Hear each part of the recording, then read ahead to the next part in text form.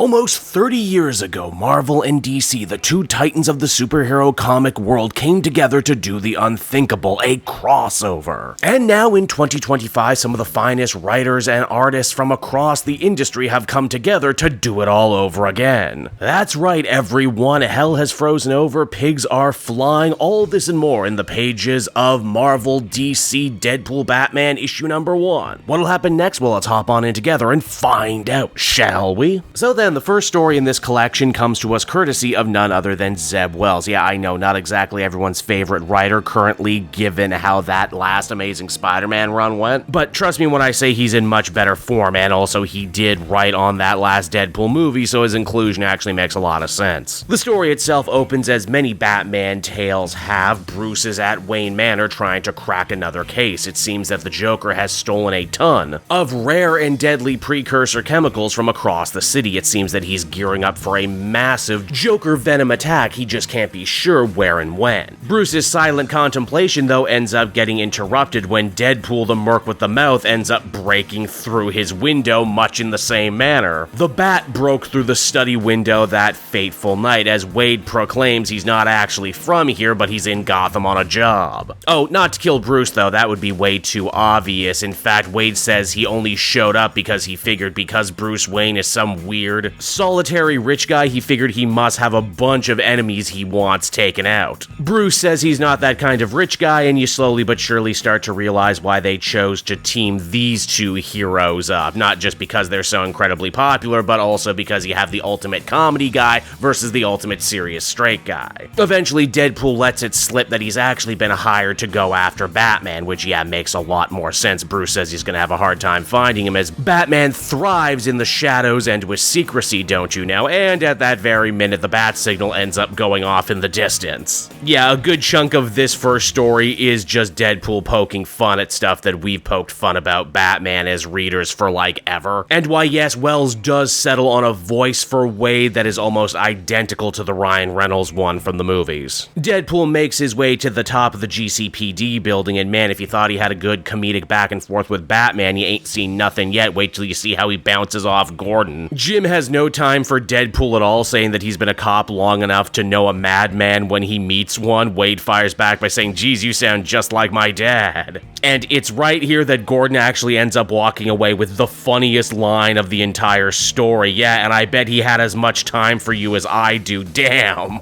Deadpool starts threatening Gordon, and naturally Batman doesn't take too kindly from that, swooping down from the darkness and engaging the fight we've all been waiting for. In fact, Deadpool goes out of his way to break the fourth wall and say that this is basically everything fans have been waiting for and the only thing they care about in stories like this. In fact, they pretty much turn the entire thing into one giant joke about power scaling, with Deadpool going, well, you know, it doesn't really matter who won. What matters is we won each other's respect. Only in classic grim and dour Batman fashion for him to turn it around by saying, I do not respect you, I was in no danger of losing. And hey, seeing as Bruce and Wade are friends now, I guess Deadpool can help Batman and Gordon track down the Joker and stop his big Venom plot. I mean, it takes a madman to catch a madman, right? Now you might be thinking to yourself, wait, does Batman really need Deadpool's help? Isn't understanding the minds of the criminally insane literally his thing? Isn't he the world's greatest detective? Well, don't worry, because it will end up making sense later. Deadpool, if nothing else, does actually end up offering some rather interesting insight, saying that tonight is a full moon, the tides will be down and sea caves will be open. There's a sea cave by the boardwalk with a bunch of carnival stuff, and hey, if you were the Joker, isn't that where you would hide? Our heroes make trails to follow up on Deadpool's lead, and why indeed Wade becomes one of the very few other heroes, especially heroes from other universes,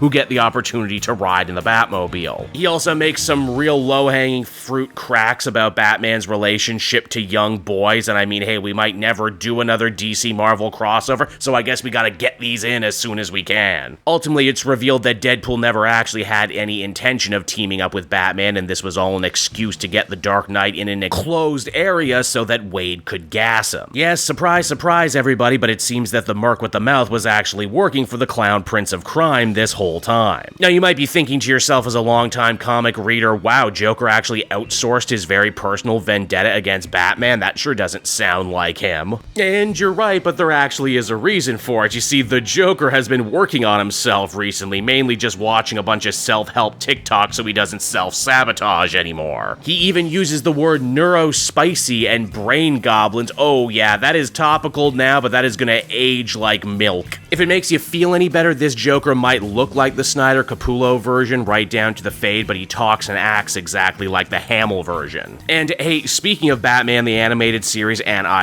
Bruce ends up getting out of this situation by recycling what is essentially an old plot from Mad Love. He decides to put a wedge between the Joker and Deadpool's relationship by saying that Wade is a much better antagonist than the Joker ever could be. Oh sure, he's mad and dangerous, but he's also so much more self-aware. This comparison naturally sends the Joker into a full-on jealous rage, never wanting to be second banana to anyone, especially in Batman's eyes. Joker tries to poison Deadpool with some of his Joker venom, but wouldn't you know it, Wade's healing factor is just so damn good. He's able to completely resist it. Well, everything but the gross smile, though. Apparently his healing factor isn't good enough to fight that part off. Now that he's been double-crossed too, Deadpool takes this opportunity to free Batman so that together they can save Gotham City from the Joker's next big venom attack. Apparently he's rigged up a death trap for Batman, one wherein the only way to deactivate the venom canisters is for Batman to sacrifice his own life by activating a much smaller explosion. What the Joker wasn't contending with, though, is that Deadpool is on the scene. He ends up sacrificing himself, knowing full well that his amazing healing factor will keep him from dying, which gives Batman enough time to deal with the Joker and save the day. Oh, would you look at that heroic self-sacrifice. This time Deadpool really has earned Batman's respect. But in classic Dark Knight fashion, he just can't let Wade have this W. He says, you know what, for the record, I always knew you were working for Joker. I let you kidnap me only because it was easier, but hey, you did help me and you did save the city, so you know what, I'm not actually going to kick your ass. But stay the hell out of Riverdale, I mean Gotham. Now that's where the main story comes to a close, but we also get treated to several smaller team-up tales because this book was meant to entice people into their local comic stores, so you gotta give the people more bang for their buck. After that, we got a nice little Wonder Woman Captain America team-up. Panels from this actually ended up leaking online early and people already ended up having a ton of opinions about it. Basically, the setup is Wonder Woman has to stop Captain America from killing Hitler. No, really, that's the setup, but trust me, it actually makes a lot more sense in context. You see, in the world of this story, Diana and Steve have actually known each other for a long time. They really like each other because, hey, they're cut from the same cloth, symbols of hope and justice. Hell, they're both draped in the American flag, for crying out loud. Diana says that Hitler wronged the world, not just Steve, and because of that, he should be made to face the entire world's justice. And that killing him here would be much too quick and easy. Captain America, of course, fires back by saying, hey, I'm a soldier, isn't this what I do? And also, why do you carry a sword if you're afraid to use it? This story is also them talking about events that happened in the past, and we actually end up jumping around a lot. Apparently, in the future, Steve actually stops Wonder Woman from killing Maxwell Lord, and in doing so, undoing maybe one of the worst things she's ever done. Again, some interesting ideas going on here. You know, DC's whole heroes who are living gods and as such can afford a higher sense of morality versus Marvel's world outside your window. Honestly, this one probably should have been a whole story instead of just a short. In the end, none of it matters because Hitler just takes the coward's way out anyway, and we see a future wherein an older and dying Steve actually bequeaths his shield to Wonder Woman as the story ends. Now that was actually pretty serious and pretty heavy, but would you believe me if I say the rest of the stories in this collection are all comedy? We got Jeff the Land Shark and Crypto the Superdog teaming up for a textless little Tom and Jerry style adventure. You won't be surprised to learn that my favorite story from this collection is actually the Kevin Smith Green Arrow Daredevil team up, which might actually be the best thing Kevin Smith has written in a really long time. The setup is just super clever. Daredevil is defending himself in Hell's Kitchen from an attack by the League of Assassins, while Green Arrow has chased the Hand Ninjas all the way to New York City. Ollie and Matt end up bumping into each other during this big chaotic fight, and they spend the good course of this story teamed up, but also mercilessly ripping on each other. If you're a hero, why do you dress like the devil? Man, you New Yorkers sure do love irony, don't you? Ugh, that's rich coming from you, Ren Fair. I thought you were Hawkeye at first. And hey, wouldn't you know it, Daredevil, the hero with the super hearing, ends up really meeting his match in the form of Count Vertigo, a DC villain who just so happens to be able to manipulate sound in people's inner ear. Man, I bet Kevin Smith really wanted to try and work an onomatopoeia here too, but couldn't. Green Arrow manages to defeat Count Vertigo and save Daredevil by putting together an old classic, the boxing glove era. Where did he get the boxing glove? This little gym on the corner belonged to a guy named Batlin Jack, back. You don't think you'll have a problem with me borrowing his glove, do you, Daredevil? The cosmic scene of both Marvel and DC gets some love too, as the next story sees the Guardians of Oa agreeing to an exchange program with the Guardians of the Galaxy, meaning that Rocket Raccoon gets his own Green Lantern ring and gets to join the Corps. Obviously, the power ends up going to his head completely, and hilarious shenanigans ensue. Naturally, the Guardians are really upset with this arrangement and want to trade back, though, as they end up learning from Richard Rider Nova apparently Hal Jordan found himself another piece of jewelry, the Infinity Gauntlet. What's a parallax? What do you mean? How do we deal with this? Frank Miller gets a story in this collection that he both wrote and drew. It sees the older Batman of Dark Knight Returns duke it out with an old man Logan, but not that old man Logan. God, talk about a crossover I would have loved to have seen 20 years ago. Now, the final story in this collection comes courtesy of Ryan North. It's the shortest, it's the most comedy-focused, and it's the tale of Logo. Who is Logo? Well, he's a throwback to the old Amalgam heroes that came about as part of the last DC Marvel crossover. He basically just says a bunch of mashups of Lobo and Wolverine's catchphrases. This is stuff that maybe would have been funny and interesting for about 2 pages, and you know what? That's about as long as the story is, so good job. And so that was Marvel DC Deadpool Batman issue number 1, everybody. And was this comic everything I was hoping it would be? Yes and no. Again, you gotta remember, comic fans my age have been talking up another intercompany crossover for, again, about 30 years. The fact that it exists at all is nothing of a miracle. I'm sure it's going to be a great boon to local comic book stores out there. I hope it gets people in the doors. I hope it gets people talking. I hope it gets a bunch of lax fans back into it. And I mean, if we're being honest, it's not like the last DC Marvel crossover was some sort of amazing classic. In fact, it was actually kind of bad, but again, if you're a fan my age, you grew up with it, you read it, you loved it, you talked about it with your friends. So in that regard, and by that metric, yeah, this one is probably better than the last crossover. Mainly because it doesn't take itself too seriously. It doesn't get bogged down in mechanics about how any of this could be possible. It just kind of enjoys the pomp and circumstance of its own existence. And yeah, you know what? This was a fun ride, and if this sells well enough, and I'm sure it will, maybe we can talk the two companies into making this a yearly thing. Wouldn't that be fun? Like, yeah, Deadpool Batman is fun as a crossover, but it feels like it's only scratching the surface. There are so many other amazing crossovers I'm sure we would love to see. In fact, hey, in the comment section, tell me exactly what DC Marvel crossover you would love to see that didn't get featured here.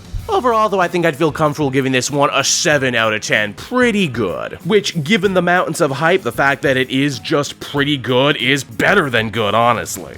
Hey there everyone, it's your pal Cape Joel again, and if you're seeing my face right now, that means you watched to the end of the video, and I'll always be grateful for that. Retention helps in this crazy YouTube game, and so does becoming a patron. If you head on down to the description, you can find a link to my Patreon page. Recently just redid all the tiers, a lot of cool stuff offering up there, exclusive commentaries, exclusive polls, behind the scenes concept art for Capes and Quest. That's the brand new D&D show I've started soon. Never been a better time to become a patron. You can become a patron for as little as $1 a month and help the channel grow and, you know, help me continue to deliver content like what you just saw. So I want to thank you all, and I will see you again next time. Bye-bye.